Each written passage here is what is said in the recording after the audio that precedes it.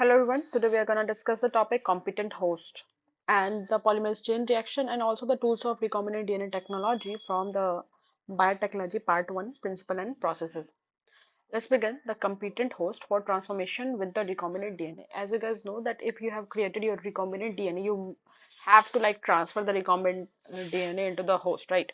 तो होस्ट जो है वो उस डीएनए को लेने के लिए रेडी नहीं होता, तो हमको उसको कम्पिटेंट बनाना पड़ता है, मतलब उसकी अपटेक की एफिशिएंसी को बढ़ाना होता है। ठीक है, ऐसा वो लेता नहीं, क्योंकि अगर आप बैक्टीरिया में ट्रांसफर कर रहे हो तो वहाँ पे आपको दो बैरियर, एक सेल वॉल है और एक सेल मेम्ब्रेन है, और आप जानते हो कि डीएनए एक हाइड्रोफिलिक मॉलिक्यूल है, तो वो सेल मेम्ब्रेन को क्रॉस कर नहीं सकता। तो हमें अब होस्ट में कुछ चेंजेस लाने पड़ेंगे जिससे वो कम्पीटेंट हो जाए और वो आराम से जो है उस आर डीएनए को, रिकॉम्बिनेंट डीएनए को उठा ले। Okay, since DNA is a hydrophilic molecule it can't pass through cell membrane. क्यों?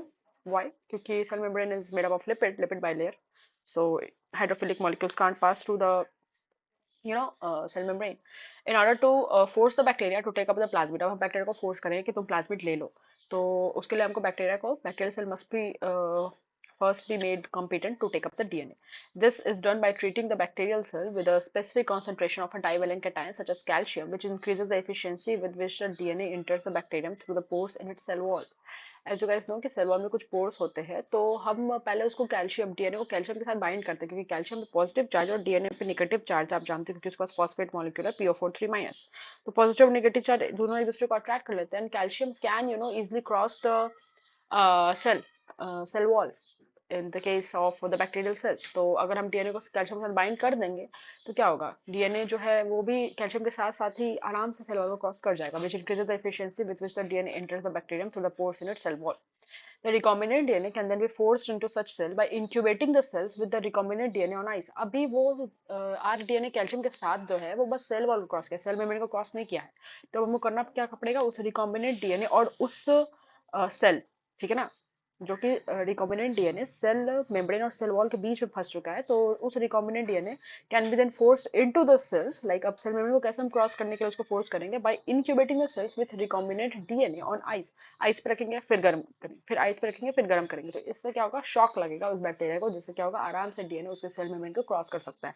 क्योंकि हीट और कूल करने पे जो है मेम्ब्रेन भी चूंकि लिपिड के बने हैं तो वो भी फ्लो करता है, lipid bilayer is like always moving as you guys no, तो उसका भी मूवमेंट बढ़ जाएगा ऐसा टेम्परेचर अचानक अचानक चेंज होगा तो एक हाइड्रोफिलिक चीज आराम से इजीली जो है क्रॉस कर सकता है सेल मेम्ब्रेन को, अगर हम हीट शॉक दे तो, क्योंकि मेम्ब्रेन में भी कुछ चेंजेस आएगी हीट शॉक की वजह से। So the rDNA can then be forced into the cells or into the cell membrane by incubating the cell with recombinant DNA on ice, followed by placing them briefly at 42 degrees Celsius, that is the heat shock, क्योंकि ice 0 पे है फिर 42 पे आएगा, and then putting them back on the ice. This enables the bacteria to take up the recombinant DNA through its cell membrane। तो cell wall को cross करने में हेल्प किया कैल्शियम है ना, सेल मेम्ब्रेन को क्रॉस करने में हेल्प किया उसका जो हीट शॉक ट्रीटमेंट था वो। This is not only the way to introduce alien DNA into the host cell. अब आप जो है इतने मेहनत क्यों करोगे कि पहले सेल वॉल को क्रॉस करो फिर सेल मेम्ब्रेन को क्रॉस करो, सीधे जो डायरेक्टली आप उसके सेल में तो इंजेक्ट कर सकते हो। सो in a method which is known as the micro injection, the recombinant DNA is like directly injected into the nucleus of an animal cell। Directly animal cell में आप जो है माइक्रो इंजेक्शन दे सकते हो, क्योंकि एनिमल सेल्स के पास cell wall होते नहीं है। लेकिन अगर आपको प्लांट सेल का बात करें तो प्लांट्स में तो सेल वॉल होते हैं, तो उसमें आपको दूसरा टेक्निक यूज करना पड़ेगा, माइक्रो इंजेक्शन से काम नहीं चलेगा। In other the method the suitable for plants, the cell are bombarded with high velocity micro particles of gold और टंगस्टन। यहाँ पे भी मेटल्स यूज कर रहे हैं जस्ट लाइक कैल्शियम, क्योंकि इनके पास एक पॉजिटिव चार्ज होता है, लेकिन यहाँ पे हम डी ब्लॉक एलिमेंट्स यूज करते हैं, गोल्ड और टंगस्टन यूज करते हैं, कोटेड विद द डीएनए, जिनको डीएनए से हमने कोड कर दिया है, और फिर हम लोग क्या करते हैं, जीन गन या बायोलिस्टिक, जीन गन का ही नाम है, इससे हम लोग क्या करते हैं, बम्बार्ड करते हैं इन टंगस्टन या गोल्ड प्लेटेड डीएनए को सेल्स के अंदर, प्लांट सेल के अंदर। एंड द लास्ट मेथड जो है तीसरा मेथड हम लोग यूज करते हैं disarm pathogen vector which when allowed to infect the cell transfer the rDNA into the host. तो हम लोग जो है एक्चुअल जो कि पैथोजन होते हैं जो इन्फेक्ट करते हैं, अब ये प्लांट और एनिमल दोनों के केस के लिए सही है, तो उनका हम जो है वो pathogenic part of DNA cut कर देते हैं, अपना आरडीएनए उसमें इनकॉर्पोरेट कर देते हैं, और उस डिसआर्म पैथोजन को अब फ्रीली छोड़ देते हैं कि जाओ भाई इन्फेक्ट करो। अब वो इन्फेक्ट करेगा तो क्या होगा, अब वो इन्फेक्शन काउज करने की जगह पे हमारा आरडीएनए जो है होस्ट में डाल देगा। Now that we have learned about the tools for constructing the recombinant DNA, जो कि हम जान चुके हैं कि पहले काटेंगे फिर जोड़ेंगे, है ना, फिर जो भी करेंगे, तो let us discuss the process of facilitating the recombinant DNA technology।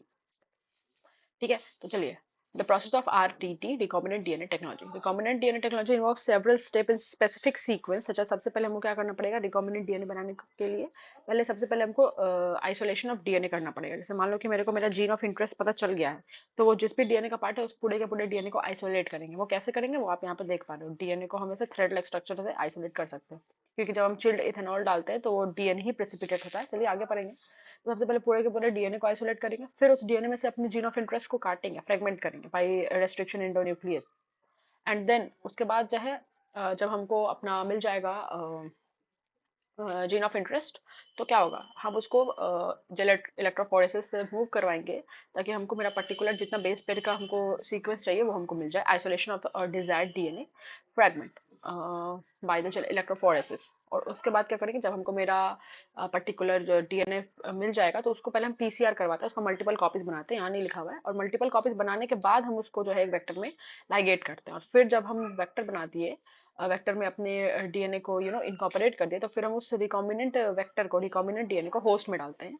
फिर होस्ट को कल्चर करते हैं एक लार्ज स्केल पे, और फिर एक्सट्रैक्ट कर लेते हैं अपना डिजायर्ड प्रोटीन या product, right. Let us examine each of these steps in some detail. Okay, let's start the isolation of the genetic material which is the DNA. तो सबसे पहले क्या करना पड़ेगा, we know that the nucleic acid the genetic material of all the living organism without any exception. And उसमें भी nucleic acid में कौन सा न्यूक्लिक एसिड, तो डीऑक्सीराइबोन्यूक्लिक एसिड।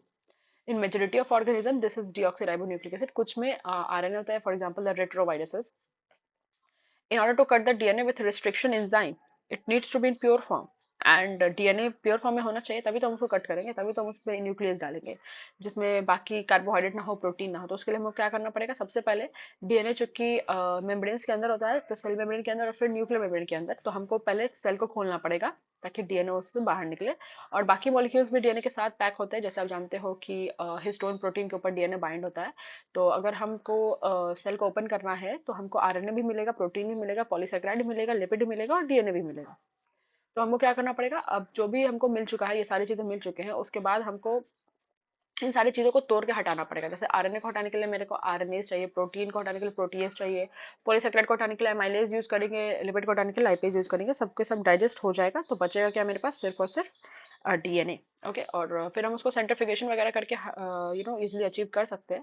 चलिए, this can be achieve by treating the bacterial cell, plant cell और animal tissue with enzyme such as lysozyme. आप जानते हो बैक्टीरिया का सेल वॉल जो है उसको तोड़ने के लिए कौन सा एंजाइम यूज होता है, लाइसोजाइम। तो अगर हमको बैक्टीरिया सेल के अंदर से डीएनए एक्सट्रैक्ट करना है, तो हम लाइसोजाइम यूज करेंगे ताकि उसका सेल वॉल टूटे। प्लांट सेल का अगर सेल वॉल तोड़ना है तो हम सेलुलोज यूज करेंगे, और अगर हमको फंजाई का सेल वॉल तोड़ना है तो हम काइटिनेज यूज करेंगे ताकि उसका सेल पहले खुले। और आप जानते हो कि genes are located on the long molecules of DNA intertwined with protein such as histone. जो मेन हमारे जेनेटिक मटेरियल उसमें हिस्टोन प्रोटीन मिलता है। तो the RNA can be remove, तो हमको क्या करना पड़ेगा, पहले आरएनए हटाएंगे बाय राइबोन्यूक्लियस आरएनएज, प्रोटीन हटाएंगे बाय प्रोटीएज, बाकी मॉलिक्यूल्स को एप्रोप्रिएट ट्रीटमेंट एंजाइम से हटाएंगे, फॉर एग्जांपल लिपिड को लाइपेज से, कार्बोहाइड्रेट को एमाइलेज से। और जो प्योरीफाइड डीएनए है उसको अल्टीमेटली हम क्या करेंगे, प्रेसिपिटेट आउट कर लेंगे। जब भी हम चिल्ड इथेनॉल इसमें डालते हैं, ये जो देखो ये सारा चीज है, इथेनॉल डाल रहे हैं, तो यहाँ पे प्रेसिपिटेशन स्टार्ट हो चुका है। और फिर हम लोग क्या करेंगे, उसको थ्रेड लाइक स्ट्रक्चर है तो उसको हम स्पूलिंग से हटा लेते हैं, ठीक है। तो the other molecules can be removed by appropriate treatment, and the purified DNA ultimately precipitate out after the addition of chilled ethanol, and this can be seen as a collection of fine thread in the suspension. Okay, this is very short and very easy topic. Now let's discuss the cutting of DNA at specific location. As you guys know that restriction enzyme digestion are performed by incubating the purified DNA, जो अभी हमने इस पुली से purify किया था, with the restriction enzyme at the optimal condition for that specific enzyme. मतलब जो भी restriction enzyme है वो जिस भी condition पे अच्छे से काम कर सकता है वही हम atmosphere देंगे ताकि वो अपना काम करे और हमको जो है DNA कट करके दे. Now the agarose gel electrophoresis is employed to check the progression of the restriction enzyme digestion. Yes, कितना मतलब बेस पे तक कट किया है वो हम जेल इलेक्ट्रोफोरेसिस चेक कर सकते हैं. DNA is a negatively charged molecule, that's why it moves along the anode, because anion comes at anode, that is a positive electrode, because positive charge attracts the negative charge. And the process is repeated with the vector DNA also, क्योंकि हमको vector को भी उसी restriction enzyme से cut किया है ना जिससे हमने अपने जीन ऑफ इंटरेस्ट को कट किया है. तो हम दोनों में प्रोग्रेशन चेक करेंगे कि हाँ भाई पूरी तरीके से कटा क्या नहीं है ना, कितना बेस पेयर हमको चाहिए, अल्टीमेटली उतना बेस पेयर हमको जेल इलेक्ट्रोफोरेसिस वाले सेगमेंट में कहाँ पे मिल रहा है, वहां से हम उसको क्या करेंगे, इल्यूट कर लेंगे, यानी इल्यूशन बाहर निकाल लेंगे. The joining of DNA involve several processes. मतलब क्या क्या होता है, पहले तो डीएनए लाइगेज वगैरह डालना पड़ता है. After having cut the source DNA as well as the vector DNA with a specific restriction enzyme, दोनों को एक ही एंजाइम से कट करते हैं, एक स्पेसिफिक रेस्ट्रिक्शन एंजाइम से कट करते हैं। The cut out gene of interest from the source DNA and the cut vector with space are mixed and ligases added. जो भी वेक्टर है उसमें थोड़ा सा स्पेस क्रिएट हो गया क्योंकि मैंने उसके तो डीएनए को निकाल के फेंक दिया है। And the cut out gene of interest जो कि मैंने सोर्स डीएनए से लिया है, उन दोनों को मेरे को क्या करना है, मिक्स कर देना और लाइगेज को ऐड कर देना है। This results in the preparation of recombinant DNA, है ना। तो इससे क्या हो जाएगा, रिकॉम्बिनेंट डीएनए जो वेक्टर है वो रिकॉम्बिनेंट डीएनए के फॉर्म में तैयार हो जाएगा ताकि अब हम उसको होस्ट में ट्रांसफर कर सके। Now amplification of gene of interest using the PCR. तो मान लो कि मेरे को मेरा जीन ऑफ इंटरेस्ट मिल गया लेकिन वो तो एक ही मिला, तो मेरे को उसको बहुत सारी मल्टीपल कॉपीज बनानी पड़ेगी ताकि उसके बाद में आर डीएनए क्रिएट कर सकूं, मतलब वेक्टर के साथ उसको लाइगेट कर सकूं। तो उसके लिए मेरे को क्या करना पड़ेगा, उसको बहुत सारा उसका लाइक पॉलीमराइजेशन करना पड़ेगा। सो दिस पॉलीमराइजेशन और amplification of gene of interest is done using the polymerase chain reaction. PCR stand for the polymerase chain reaction, and in this reaction multiple copies of the gene or DNA of interest is synthesized in vitro in the laboratory using the two set of primers. Let's discuss. जैसे मान लो कि ये जो red वाला part है, ये पूरा double standard DNA मैंने कट किया है, जिसमें जैसे ये रेड वाला पार्ट वो है जो मेरा जीन ऑफ इंटरेस्ट है। तो मुझको इस रीजन को क्या करना है, बहुत सारी सी कॉपीज बनानी है, रीजन टू बी एम्पलीफाइड। तो क्या करना पड़ेगा, सबसे पहले इस दोनों स्ट्रैंड को अलग करना पड़ेगा। तो हमको बहुत ज्यादा टेम्परेचर देना पड़ता है, हीट देना पड़ता है 90 to 95 डिग्री सेल्सियस, ताकि ये दोनों जो स्ट्रैंड से एक दूसरे से दूर हो जाए। तो अब देख रहे हो यहाँ पे डीनेचर हो गया, डीनेचुरेशन हो गया, दूर हो गया बाई गिविंग हीट।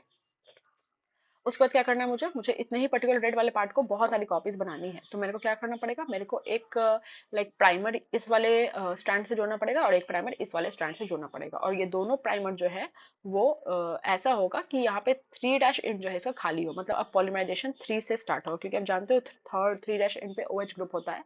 तो OH ग्रुप के साथ कोई भी फॉस्फेट ग्रुप आराम से रिएक्ट कर सकता है एसिड बेस रिएक्शन से, ताकि एक ईस्टर बॉन्ड बन सके, फॉस्फो ईस्टर बॉन्ड बन सके और फाइनली यहाँ पे काफी सारे न्यूक्लियोटाइड्स जुड़ सके।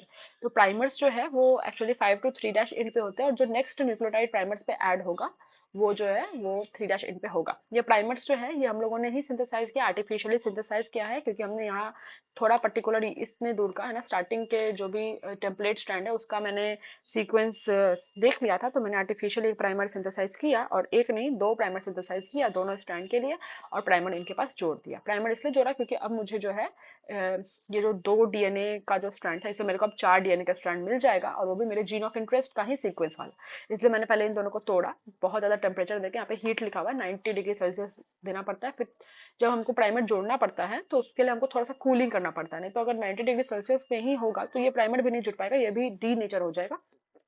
तो यहाँ पे लगभग 50 डिग्री सेल्सियस जो हम टेम्परेचर देते हैं ताकि एनियल हो सके, जुड़ सके ये प्राइमर। और उसके बाद फिर हमको एक डीएनए पॉलीमरेज एंजाइम यहाँ पे यूज करना पड़ता है, और ताकि ये डीएनए पॉलीमरेज क्या कर सके, पॉलीमराइजेशन कर सके 3' end of both the primers पे, एक न्यूक्लियोटाइड का पूरा एकदम सीक्वेंस जो है वो ऐड करते रहे, ताकि एक पूरा एकदम मेरे को मेरा जीन ऑफ इंटरेस्ट जो है वो एम्पलीफाई होकर मिल जाए। तो this is the DNA polymerase. जो डीएनए पॉलीमरेज हम यूज करते हैं वो है Taq polymerase. And Taq polymerase हम लोग इसलिए यूज करते हैं क्योंकि ये थर्मस एक्वाटिकस नाम के बैक्टीरिया से मिलता है, और ये बहुत ही हाई टेम्परेचर पे रहता है, थर्मल वेंट्स में पाया जाता है। क्योंकि जो एनियलिंग है ये 50 डिग्री सेल्सियस पे हो रहा था, लेकिन एक्सटेंशन हम फिर से थोड़ा सा और हीट देते हैं, लाइक 70 to 72 डिग्री सेल्सियस के करीब हम हीट देते हैं। तो इतने हीट पे नॉर्मल डीएनए पॉलीमरेज तो काम कर नहीं पाएगा, हेड एंजाइम का एक अपना स्पेसिफिक टेम्परेचर पसंद होता है। तो उसके लिए हम क्या करेंगे, हम जो है अपने डीएनए पॉलीमरेज जो है उसमें हम टैक पॉलीमरेज यूज करेंगे, ताकि हाई टेम्परेचर पे भी काम कर सके। और डिऑक्सी न्यूक्लियोटाइड्स भी डालेंगे ताकि न्यूक्लियोटाइड्स जो है वो 3' एंड पे ये पर्टिकुलर डीएनए पॉलीमरेज उसको ऐड कर सके। और फिर हम लगभग 30 साइकिल्स इसकी चलाते हैं, ठीक है। किसकी, इन तीनों जो डिनेचुरेशन है, एनिलिंग है, एक्सटेंशन है, ये बार बार जो है 30 साइकिल्स इसका अगर हम रिपीट कर देते तो हमको 1 बिलियन कॉपीज मिल जाएगी मेरे पर्टिकुलर जीन ऑफ इंटरेस्ट की। This is the polymerase chain reaction. और हर एक साइकिल में 3 स्टेप होता है। सबसे पहले दोनों स्ट्रैंड को तोड़ो, डीनेचर करो बहुत ज्यादा टेम्परेचर देके 90 to 92 डिग्री सेल्सियस, फिर प्राइमर को जोड़ो दोनों के लाइक टूटे हुए स्ट्रैंड्स पे, और उसके बाद जो है एक्सटेंड करो उन प्राइमर्स को। वही लिखा हुआ है कि two set of primers and the primers are chemically synthesised small oligonucleotides that are complemented to the region of DNA. ये आर्टिफिशियली सिंथेसाइज किया जाता है, and the enzyme DNA polymerase. यहाँ पे हम टैग पॉलीमरेज यूज करते हैं in the case of PCR, क्योंकि बहुत ज्यादा टेम्परेचर होता है पीसीआर रिएक्शन में। The enzyme extends the primer using the nucleotide provided in the reaction and the genomic DNA as a template. Template कौन सा था, जो मेरे पास पहले से डीएनए मैंने तोड़ दिया, डीनेचर कर दिया, वो मेरा टेम्पलेट की तरह काम करेगा। If the process of replication of DNA is repeated many times, the segment of DNA can be amplified to approx billion copies, that is 1 billion copies are made. यहाँ पे 30 साइकिल्स अगर आप चला दोगे तो 1 बिलियन कॉपीज आपको मिल जाएंगे। Such repeated amplification is achieved by the use of thermostable DNA polymerase isolated from the bacteria Thermus aquaticus which remain active during high temperature induced denaturation of double stranded DNA. मतलब DNA टूट गया इतना ज्यादा temperature पे, पर ये enzyme फिर भी काम कर रहा है क्योंकि ये एक्चुअली उसी बैक्टीरिया से निकाला गया जो बहुत हाई टेम्परेचर पे एग्जिस्ट करता है। The amplified fragment, if desired, can now be used to ligate with a vector for further cloning। तो मैंने क्या किया, अब मैंने जो है मेरा जीन ऑफ इंटरेस्ट को इतना ज़्यादा कॉपीज बना ली है, इतना ज़्यादा उसके फ्रेगमेंट को एम्पलीफाई कर लिया है कि अब मैं चाहूँ तो उसको हर एक वेक्टर से लाइगेट करके फर्दर उसको होस्ट में डाल के क्लोनिंग करने में मैं इसको यूज़ कर सकती हूँ। क्योंकि आप जानते हो कि ऐसा ज़रूरी नहीं है कि अगर आपने अपने जीन ऑफ इंटरेस्ट को अपने वेक्टर के साथ डाल दिया है तो वो दोनों एक दूसरे के साथ लाइगेट करे ही, है ना। तो हम इसलिए तो चेक करते हैं कि जो भी बैक्टीरियल सेल में मैंने उस पर्टिकुलर वेक्टर को डाला है ये सोच के कि हाँ मैं तो रिकॉम्बिनेंट वेक्टर डाल रहा हूँ, वो ट्रांसफॉर्मेंट तो हो सकता है क्योंकि उसने बाहर से डीएनए उठाया, पर वो नॉन रिकॉम्बिनेंट भी होता है क्योंकि रिकॉम्बिनेशन एक्चुअली में हो ही नहीं पाया वेक्टर डीएनए का मेरे जीन ऑफ इंटरेस्ट से। इसलिए मेरे को जीन ऑफ इंटरेस्ट का मल्टीपल कॉपीज बनाना पड़ता है, बिलियन कॉपीज बनाना पड़ता है कि हाँ भाई जो भी रिजल्ट हो उससे सेटिस्फाई हो, क्योंकि जरूरी नहीं है कि वो उसे लाइगेट करेगा ही वेक्टर से, है ना। Okay, now the insertion of the recombinant DNA into the host cell और ऑर्गेनिज्म, जो हम लोग पढ़ चुके हैं कि हम कैसे इंसर्ट करते हैं कॉम्पिटेंट होस्ट को कॉम्पिटेंट बना के, क्योंकि ऐसे तो लेने से रहा बाहर का DNA. There are several methods of inducing the ligated DNA into the receiver cell recipient cell and यहाँ पे ligated DNA का मतलब है recombinant DNA. Now the recipient cells after making them competent to receive, जब हम अपने receiver cell को competent बना लेते हैं कि हाँ वो रिसीव कर सके, तो वो क्या करता है, वो अपने सराउंडिंग में प्रेजेंट डीएनए को ले लेता है। So if a recombinant DNA bearing gene of interest to an antibiotic, इसलिए अगर जो भी रिकॉम्बिनेंट डीएनए है हमारा जिसके पास क्या है जीन ऑफ इंटरेस्ट है, ठीक है ना। एक्चुअली हम लोग वेक्टर्स किसको यूज करते हैं, वेक्टर्स में हम यूज करते हैं एक सेलेक्टेबल मार्कर कि हम बाहर से मॉर्फोलॉजिकली चेक कर सके कि रिकॉम्बिनेशन हुआ है या नहीं हुआ है, जो कि generally selectable marker is the antibiotic resistant gene. So if a recombinant DNA bearing gene for resistant to an antibiotic, for example ampicillin, is transferred to E. coli cell, the host cell, that is the E. coli cell becomes transformed into ampicillin resistant cell, जबकि E. coli के पास ampicillin का resistant नहीं था पहले से। If we spread the transformed cell on agar plate containing ampicillin, only transformants will grow। जिसके पास भी rDNA आया है या बाहर से जिसने डीएनए उठाया है, not only rDNA, normal DNA भी, वेक्टर भी अगर उसने उठा लिया है तो उसके पास एम्पिसिलिन का रेजिस्टेंट आ जाएगा जो पहले से उसके पास नहीं था। लेकिन जो अनट्रांसफॉर्म है वो मर जाएगा। तो हमको पता चल जाएगा एम्पिसिलिन रेजिस्टेंट जीन की हेल्प से कि कौन सा चीज जो है वो ट्रांसफॉर्मेंट है और कौन सा चीज ट्रांसफॉर्मेंट नहीं है। Since due to ampicillin resistant gene, one is able to select transform cell in the presence of ampicillin antibiotic, and the ampicillin resistant gene in this case is known as a selectable marker. So ampicillin, मैंने आपको पहले वाले lecture में बताया था कि ampicillin is that selectable marker which helps in the differentiating between the transformants and non-transformant, but the tetracycline helps in the selection between the recombinants and non-recombinants. Okay, now obtaining a foreign gene product.